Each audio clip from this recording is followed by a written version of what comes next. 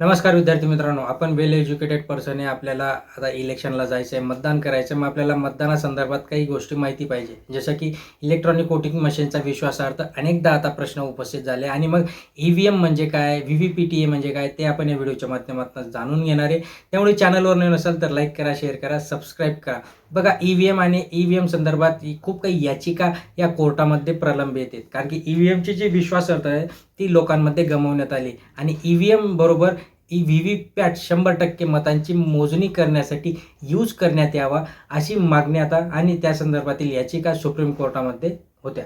But supreme कोर्टाने एक निकाल दिला की सध्याची जी निवडणूक आहे 2024ची ती EVMवरच होणार आहे. तर मग या सुनावणी दरम्यान ज्या काही गोष्टी होतात त्या कशा काय पार पडल्या, मग आपल्याला EVM पाहिजे की व्हीव्हीपॅट पाहिजे का EVM प्लस व्हीव्हीपॅट पाहिजे, या सगळ्या गोष्टी या व्हिडिओच्या माध्यमातून जाणून घ्या. EVM म्हणजे काय, इलेक्ट्रॉनिक वोटिंग मशीन. आता एकीकडे ज्यावेळेस आपल्याला म्हणायला येतं की सगळ्या काही बॅलेट पेपरवर घ्या, पण ते काही शक्य नाही आहेत. त्यामुळे या EVM मशीनची विश्वासार्हता पुन्हा एकदा सगळ्यांच्या पणाला लागली. मग EVMमध्ये व्हीव्हीपॅट कधीपासून वापरायला लागले आणि EVM प्लस व्हीव्हीपॅट बाबत नेमकं काय वाद सुरू आहे, की आपण हे समजून घेणार आहे. व्हीव्हीपॅट म्हणजे नेमकं काय, तर पूर्वी इलेक्ट्रॉनिक वोटिंग मशीनमध्ये कंट्रोल युनिट आणि बॅलेट युनिट देखील नसायचे. मात्र त्याच्या विश्वासार्हता प्रश्न उपस्थित झाल्यानंतर त्यात वोटर व्हेरिफिकेशन पेपर ऑडिट ट्रेलरचा म्हणजेच व्हीव्हीपॅटचा समावेश करण्यात आला. हे युनिट कंट्रोल आणि बॅलेट युनिट दरम्यान ठेवले जाते. बॅलेट युनिटचे बटन दाबताच मतदाराला व्हीव्हीपॅटमध्ये एक स्लिप जनरेट होते आणि ती स्लिप जनरेट झाल्यानंतर एक डिस्प्ले असतो. त्या डिस्प्लेवर त्याला कळतं की हां, ठीक आहे, मी ह्या पक्षाला वोट केलं आहे आणि त्याचा माझं वोट बरोबर गेलं आहे. ते जी स्लिप असते ती एका बॉक्समध्ये जमा होते. मतमोजणीच्या वेळेस या मशीनमध्ये स्लिप मोजल्या जातात.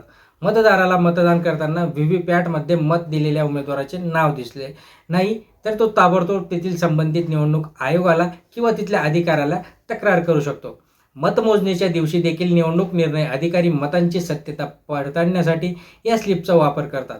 मात्र सर्व स्लिप मोजणी केली जात नाही. काही मोजक्याच मतदान केंद्रांवरील स्लिपची मोजणी करून ती पडताळणी केली जाते. सध्या त्यावर आक्षेप घेण्यात आला असून 100% व्हीव्हीपॅटचा उपयोग प्रत्येक मतदान केंद्रावर घ्या आणि प्रत्येक स्लिप ही मोजण्यात यावी. बट आता फायनली जे शक्य नाही आहे असं सुप्रीम कोर्टाने सांगितलं. तर व्हीव्हीपॅट जे आहे ते कधीपासून यूजमध्ये आलं, तर द हिंदूने दिलेल्या एका वृत्तानुसार निवडणूक प्रक्रियेमध्ये अधिक पारदर्शकता आणण्यासाठी कोणते उपाय राबवले जाऊ शकतात याची चर्चा 2010मध्ये निवडणूक आयोगाने राजकीय पक्षांना बोलवून एक बैठक घेतली. या बैठकीमध्ये व्हीव्हीपॅटची संकल्पना मांडण्यात आली. ही संकल्पना निवडणूक आयोगाने टेक्निकल एक्सपर्ट कमिटी समोर ठेवली.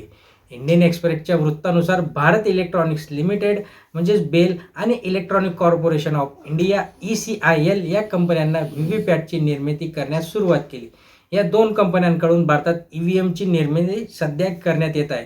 बट ह्या ज्या कंपन्या त्याच्यावर BJPचा खूप काही पगडा असल्याचे सांगण्यात येते आणि म्हणून त्याच्यावरनं वाद होता. द हिंदूनुसार लडाख, तिरुवनंतपुरम, चिरापुंजी, पूर्वी दिल्ली आणि जैसलमेर सारख्या प्रत्येक ठिकाणी चाचणी घेतल्यानंतर 2013मध्ये निवडणूक आयोगाने व्हीव्हीपॅटला अंतिम मान्यता दिली. इंडियन एक्सप्रेसने दिलेल्या माहितीनुसार 2013मध्ये निवडणूक घेण्याबाबत नियमांमध्ये सुधारणा करून या मशीनचा वापराचा मार्ग मोकळा करण्यात आला. त्यानंतर नागालँडमध्ये नॉक्सस विधानसभा निवडणुकीमध्ये सर्व 21 मतदान केंद्रांवर व्हीव्हीपॅटची मतदान करण्यात आले. या देशभरामध्ये खूप काही जे निकाल आधी येत होते आणि ते नंतर निकाल चेंज झाले. चेंज इन द सेन्स जे एक्झिट पोल येत होता तो एक्झिट पोल काही असायचा आणि फायनली रिझल्ट काही असायचा. सो या सगळ्या गोष्टी आहेत. या गोष्टींमध्ये आता व्हीव्हीपॅट आता संपूर्ण देशात लागू करायला पाहिजे असं काँग्रेसची मागणी होती. बट ती याचिका जी आहे ती याचिका सुप्रीम कोर्टाने फेटाळली, कारण की तिथले जे न्यायाधीश वगैरे आहेत ते पण आता असं आरोप करणारे म्हणतात की ते BJPच्या साईडने.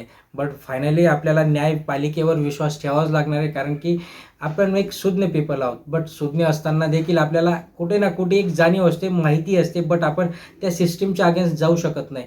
सो असो, हा EVM आणि व्हीव्हीपॅटचा संकल्प माहिती तुम्हाला नक्कीच आवडली असेल. त्यामुळे चॅनलवर नवीन असाल तर लाईक करून ठेवा, शेअर करा, सबस्क्राईब करा. धन्यवाद.